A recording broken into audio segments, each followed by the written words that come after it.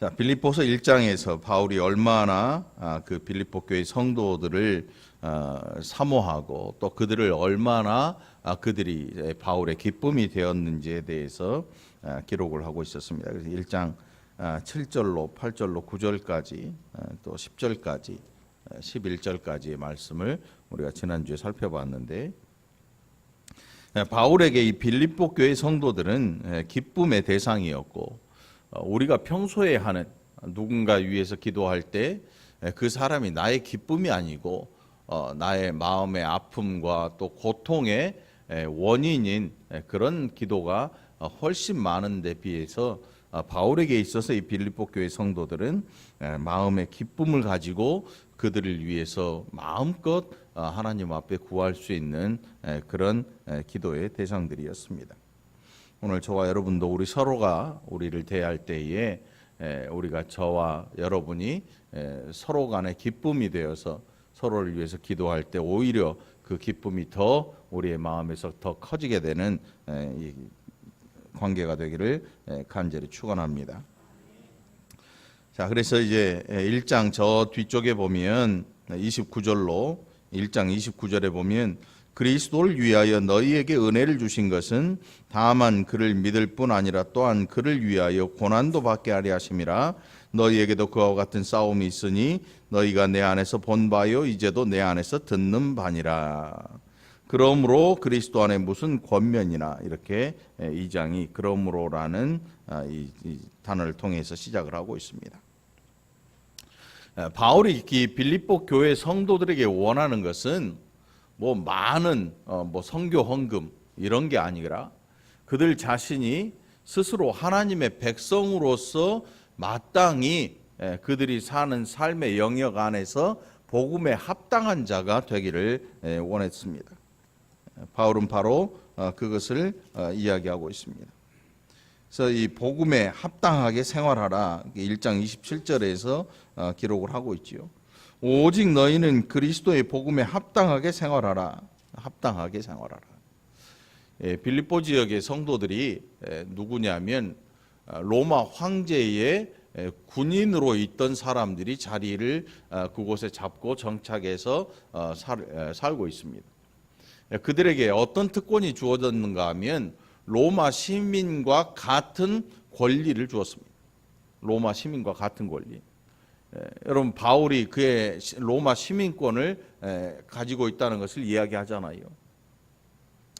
로마 시민권이 있다고 하는 것은 이 어마어마한 특권이었습니다.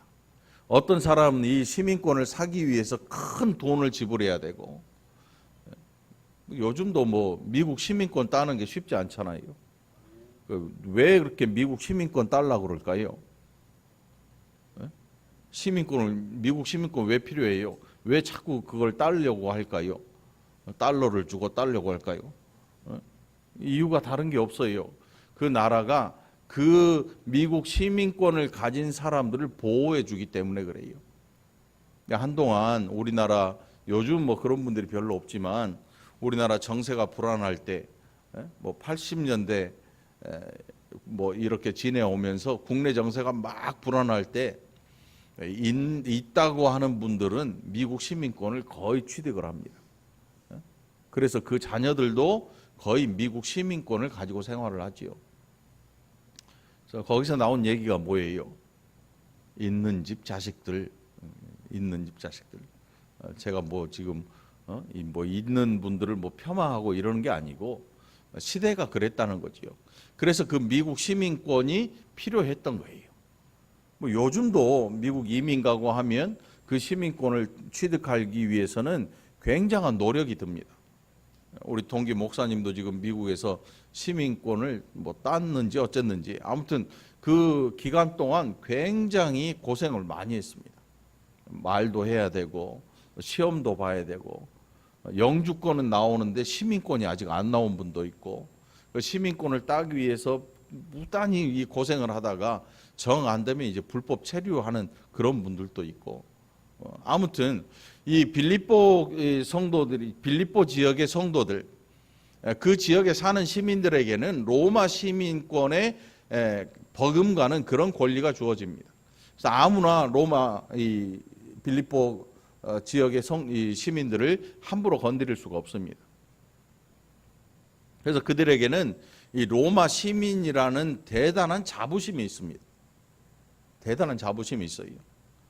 제가 언젠가 그 기독교 라디오를 듣다가 보니까 어느 여대 총장님인데 자기가 미국 시민권을 가지고 있는 것, 그리고 또 자기가 알고 있는 다른 집 안에 자녀들이 미국 시민권을 가지고 있다는 것에 대해서 대단히 자부심을 가지고 미국 이민 가서 뭐 성공했다, 뭐 이런 이야기를 한 걸 볼 때 그분들에게는 이 미국 시민권이라는 게 대단한 것이구나라는 것을 이런 생각도 해봤습니다. 뭐 좋고 나쁘고를 떠나서 아무튼 이 빌립보 지역에 사는 성도들에게 있어서 이 로마 시민으로서의 이 자부심은 정말 대단한 것이었습니다. 대단한 거지요. 그래서 어느 누구도 이 빌립보 지역의 성도들을 이 시민들을 함부로 대할 수가 없고, 왜냐하면 로마 황제에게 직접 재판을 요구할 수 있는 권리가 로마 시민에게 있기 때문이에요. 그래서 그 로마 시민권이 그렇게 힘이 있는 거죠. 바울을 알지 못하고 매질을 했던 그 사람들이 놀라는 사건도 있었습니다. 바울이 처음에는 그냥 찌질한 일반 유대인으로 알았다가 갑자기 로마 시민권이 있다는 이야기를 듣고 깜짝 놀랐지요.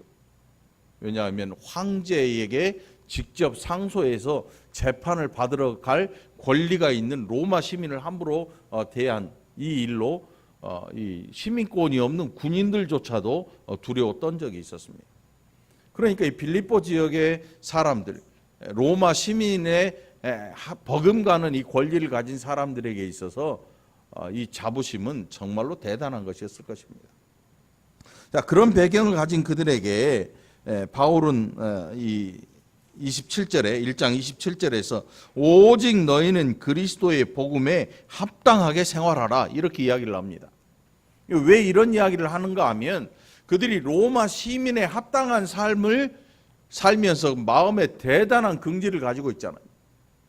그렇다면 너희가 예수 그리스도의 복음에 합당하게 생활할 수 있어야 한다. 만일 너희가 그리스도의 복음을 가지고 그리스도의 사람이라면 너희가 지금 누리고 있는 이 로마 시민권에 합당한 로마 시민처럼 이 긍지를 가지고 살고 있다면 그리스도의 복음을 가진 자로서 그리스도의 복음에 합당한 자로 살아야 되지 않겠느냐, 이런 의미에서 그들에게 이런 이야기를 하고 있는 것입니다. 그리스도의 복음에 합당하게 생활하라. 사실은 굉장히 어렵기도 하지만 또 굉장히 쉬운 말 같기도 하고, 또 어떤 의미에서 받는 사람에게는 야, 이거 내가 예수를 믿었는데 후회하지 않을까 하는 이런 이야기가 될 수도 있고요. 신앙생활 딱 시작했는데 갑자기 누군가 와서 당신은 예수를 믿기 시작했으니까 지금부터 이 완전한 신앙생활을 위해서 이제 당신의 삶이 180도 달라져야 합니다. 앞으로 당신은 뭐 이런 것도 하지 말고 저런 것도 하지 말고 이렇게도 하지 말고 저렇게도 하지 말고 하지 말라는 것들을 수도 없이 늘어놓으니까 사람이 어떻게 돼요? 야, 이거 내가 예수 잘못 믿었구나, 이거. 이런 생각이 들 수도 있는 거죠. 여러분, 신앙생활 처음 하면요, 어떤 분들은 그 열심이 어마어마 뜨거운 분들이 있습니다. 너무 뜨거워서 신앙생활을 같이 하는 옆에 있는 사람들이 견디질 못해요.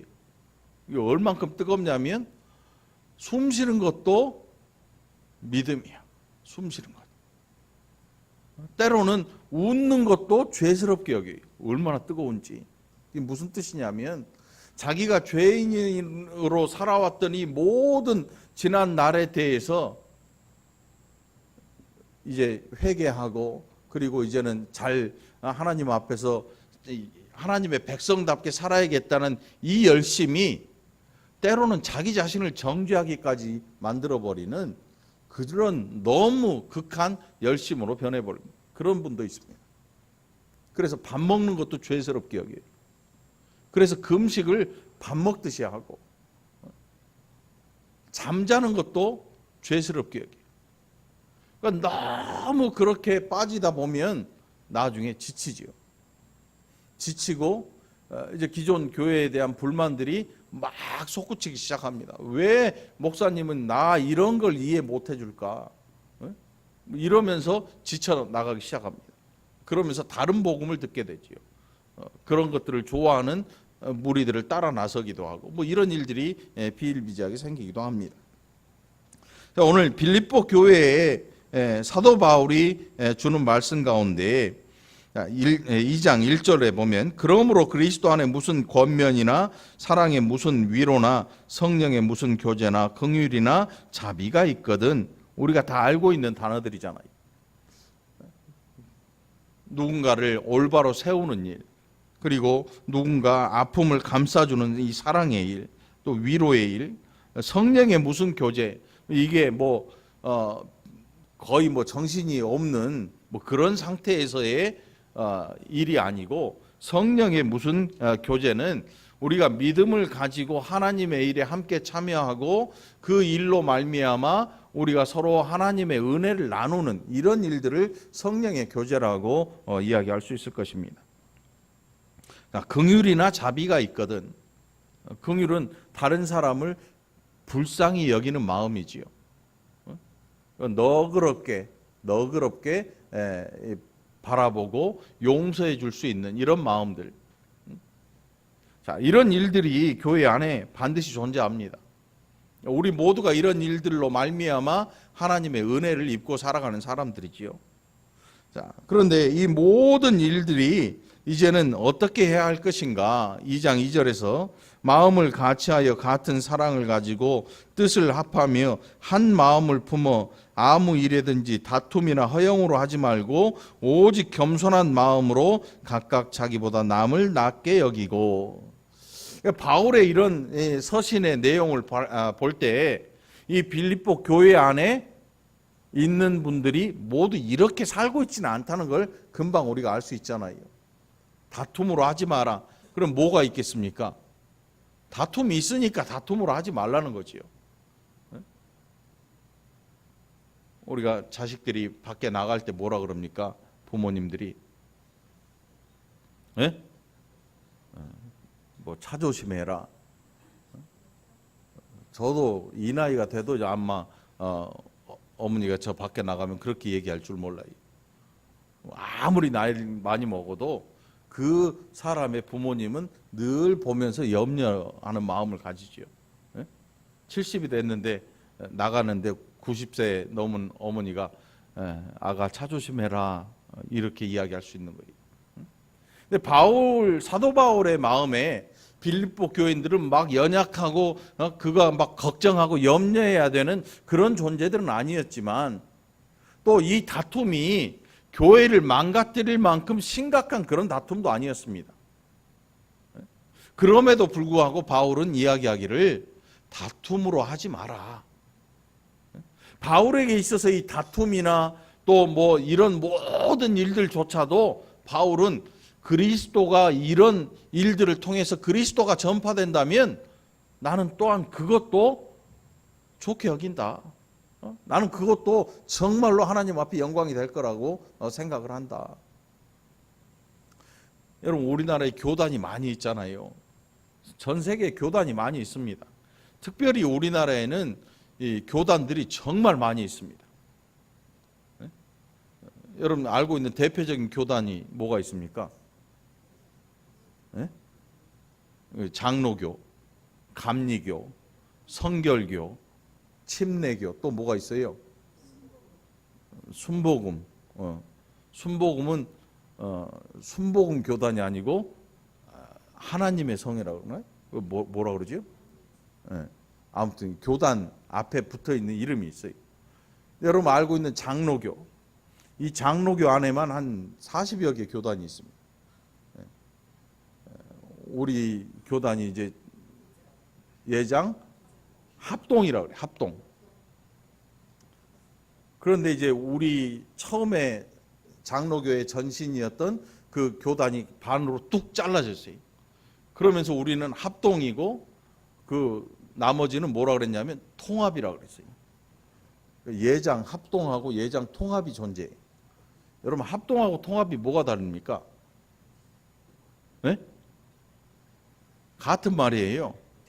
이게 왜 그랬냐면 서로 이제 이야기를 하면서 우리는 기필코 우리와 나누어진 그 교단과 합동하겠다. 이래서 우리가 합동치게 된 거예요. 그 교단에서는 우리는 기필코 그 교단과 통합하겠다. 그래서 통합치게 된 거예요. 그 이제 거기서 막 장로교가 또 나눠지기 시작해요. 그런데 중요한 건 말이지요. 그렇게 막 쪼개서 나눠진다고 해서 어떤 사람들은 막 욕을 합니다. 교회가 하나 되지 못하고 말이지. 왜 이렇게 쪼개지고 싸우고 막 교회 저것들 말이지 막 욕을 내댑니다. 그런데 그렇게 쪼개지면서 뭐가 발달했냐면 교회 수가 더 많이 늘어났어요. 전도할 수 있는 성도들이 더 많이 생겨나고, 그러면서 이 1900이 아주 어려웠던 그 60년, 70년, 80년대를 지나면서 교회들의 수가 엄청나게 증가합니다. 어려운 시절이었잖아요. 배고픈 시절. 그때만 해도 어려우면 어디를 찾아갑니까? 기도원 가요. 기도원 가서 쭉 기도하고 내려오지요. 또 막 부흥 집회가 있으면 여의도나 이런 데서 큰 집회를 열잖아요. 사람들이 수백만, 천만이 모이는 그런 집회도 있고요. 그러면서 교단이 그 안에 많이 있었는데, 그러면서 우리나라의 기독교가 엄청난 발전을 거듭한 거예요. 그러니까 막 욕할 일만도 아니에요. 그렇다고 잘했네 칭찬한 일도 아니지만, 하나님은 결코 손해보지 아니하신다는 생각을 우리가 꼭 생각을 하고 살아야 돼요. 그러니까 하나님은 손해보지 아니하신다를 누구한테 적용해야 되는가 하면 나한테 적용해야 돼요. 여러분 자신에게. 그러면 우리가 겸손해져요. 오늘 이 본문 안에 보면 3절에 보면 아무 일에든지 다툼이나 허영으로 하지 말고 오직 겸손한 마음으로 각각 자기보다 남을 낫게 여기고, 겸손이라는 단어가 등장하지 않습니까? 근데 여러분, 우리가 자칫 잘못 교만한 일에 빠지면 어떤 생각을 하냐면, 니까 것들이 나 없으면 할 수 있겠어? 이런 생각을 가지게 됩니다. 이게 어마어마한 교만이지요. 그런데 여러분, 하나님은 결단코 손해 안 보신다라는 이 어마어마한 진리 같은 이야기를 늘 마음속에 품고 살면요, 어떤 생각이 드냐면, 하나님 저 같은 사람을 통해서 이런 일을 하시다니요, 이런 생각이 들게 되지요. 겸손하지 아니한 사람에게는 나 아니면 이 일을 누가 하겠어, 이런 생각을 가지게 합니다. 나 아니면 누가 해? 여러분 자신을 한번 생각해 보세요. 우리는 우리 자신에게 정말 후한 점수를 주고 삽니다. 어느 누구라도 자신에게 점수를 후하게 줍니다. 그만큼 우리 자신에게 관대하지요. 그래서 어떤 일에서, 특별히 어떤 일에서 어떤 생각을 하냐면, 나 아니면 될 것 같아, 이런 생각을 합니다. 물론 이 나라에도 그런 사람들이 있습니다. 전 세계를 통틀면 그런 사람들이 굉장히 많이 있지요. 그런데 하나님께서 이끌어 가시는 이 세상 역사 안에는 나 아니면 되나 봐라 하는 사람들의 이 고집이 통한 적이 없습니다. 반드시 누군가가 어디서 쑥 나와서 그 일을 다 해결하기도 하고, 야, 이거 어떡하지 생각했는데 엉뚱한 데서 갑자기 다른 일이 생겨나기도 합니다. 이게 하나님이 이끌어 가시는 세상 역사의 내용입니다. 그래서 우리는 하나님 앞에서 정말 겸손할 필요가 있습니다. 하나님, 나 아니어도 되는 이 일을 정말 보잘것없는 나에게 이 일을 맡겨주셔서 하나님께서 영광을 받으시니 제가 너무나 감사하지 않을 수가 없습니다. 우리는 늘 이 마음으로 하나님 앞에 기다려야 하는 것입니다. 그런 의미에서 바울은 오직 겸손한 마음으로 각각 자기보다 남을 낮게 여기라고 이야기를 하는 것입니다. 아주 중요해 보이고 너무나 중요해서 없으면 안 될 것 같은 그런 존재도 하나님 앞에서는 아무것도 아니라는 사실입니다. 우리가 막 열심히 하고 정말 중요한 일을 맡고 정말 중요한 자리에 있을 때 그때 진짜 겸손하지 않으면 결국 우리는 하나님이 하시는 다른 사람을 통해서 하시는 그 일을 우리의 눈으로 지켜보게 될 거라는 사실입니다. 여러분, 하나님 앞에서 겸손한 귀한 일꾼 되기를 간절히 축원합니다. 이게 우리가 가져야 될 마음인 것입니다. 4절에 보면 각각 자기 일을 돌볼 뿐더러 또한 각각 다른 사람들의 일을 돌보아 나의 기쁨을 충만하게 하라. 너희 안에 이 마음을 품으라. 곧 그리스도 예수의 마음이니. 하나님 안에서 일하는 모든 일꾼들은 이 마음을 품어야 합니다. 이 마음이 누구의 마음이냐? 그리스도 예수의 마음이라 바울은 이야기를 합니다. 너희 안에 이 마음을 품어라. 이 마음이 어떤 마음이냐 하면 그리스도 예수의 마음이다. 그는 하나님이지만 하나님 아버지와 동등됨으로 여기려고 하지 않으셨다. 그는 오히려 종의 형체를 가지셨고 사람의 몸을 입고 이 땅에 오셨고 하나님과의 약속을 지키기 위해서 죽기까지 복종하셨다. 순종하셨다. 이것이 그리스도 예수의 마음이셨다. 여러분, 사실 이렇게 산다고 하는 게 쉬운 일이 아닙니다. 쉽지 않습니다. 예수님에게 큰 유혹거리가 있었습니다. 어떤 유혹이 있었습니까? 하나님으로서 할 수 있는 일을 마귀가 요구한 것입니다. 하나님 아버지와 하나님의 아들이신 성자와 성부와 성자와 성령 이 삼위 하나님의 언약으로 이루어진 이 십자가를 위해서 십자가를 통해서 그 백성을 구원하시겠다 하는 이 삼위 하나님의 언약으로 이루어진 이 언약에 대해서 마귀가 슬그머니 예수 그리스도를 통해서 성자 되신 예수님의 연약한 육신의 일을 통해서 그가 슬그머니 예수님에게 요구한 게 뭐냐면 돌로 떡을 만들어라. 다 높은 곳에서 뛰어내려. 하나님 안 죽지요. 예수님 안 죽으시지요. 왜? 그는 죽으실 필요가 없는 하나님이시니까. 그런데 이 땅에 육신을 입고 온 목적이 있습니다. 그래서 그 목적 때문에 예수님은 하나님 아버지에게 그에게 특별한 능력을 막 가지고 요즘 그 어벤져스라는 게 유행하잖아요. 어벤져스 제일 유명한 사람이 누구예요? 제일 힘센 사람. 저는 제일 힘센 사람이 없다고 봐요. 뭐 다 아무튼 아이들은 뭐 다 좋아하죠. 뭐 어떤 애들은 아이언맨 좋아하고 또 어떤 애들이 아니더라고. 요즘 어른들이 좋아하던데. 어른들이 막 이만한 인형 만들어 가지고 집에 피규어 만들어 가지고 갖다 놓고 피규어 하나에 500만 원, 1000만 원 그러더라고. 진짜로. 요만한 거 몇십만 원 가고 뭐 100만 원 가고. 예수님께서 하신 일이 뭐냐면 그가 가지신 능력으로 충분히 그 모든 걸 감당하실 수 있었음에도 불구하고 마귀에게 뭐라고 하는가 하면 시험하지 말라 이렇게 말씀합니다. 내가 이 땅에 온 목적은 돌로 떡을 만드는 일이 아니고 높은 곳에서 떨어져서 하나도 안 다치고 천사들이 내 발을 받치는 이런 목적을 가지고 온 게 아니야. 이런 일을 하러 온 게 아니야.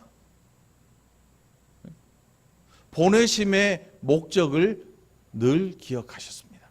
그래서 오늘 이 본문 속에 오히려 자기를 비워 종의 형체를 가지사 사람들과 같이 되셨고 사람의 모양으로 나타나사 자기를 낮추시고 죽기까지 복종하셨으니 곧 십자가에 죽으심이라. 이것이 예수님께서 이 땅에 오셔서 하신 일이었습니다. 바로 이 모습을 보면서 그리스도 예수의 마음을 품으라는 것입니다. 그러니까 이것은 빌립보 교회 성도들만이 아니고 오늘 이곳에서 예배를 드리고 하나님의 일에 헌신하는 저와 여러분 모두에게 해당되는 귀하고 복된 말씀인 줄 믿으시기 바랍니다.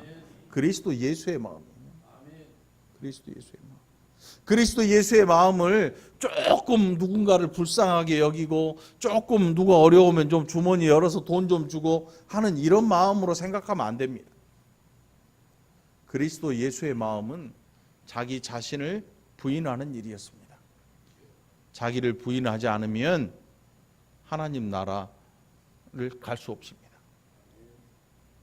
결국 자기를 부인하신 성자 되신 하나님 자기를 부인하시고 하나님 아버지의 성부 하나님의 뜻을 완전히 성취하는 데 이르렀습니다. 그리고 그 일로 말미암아 하나님 아버지께서 영광을 받으셨습니다.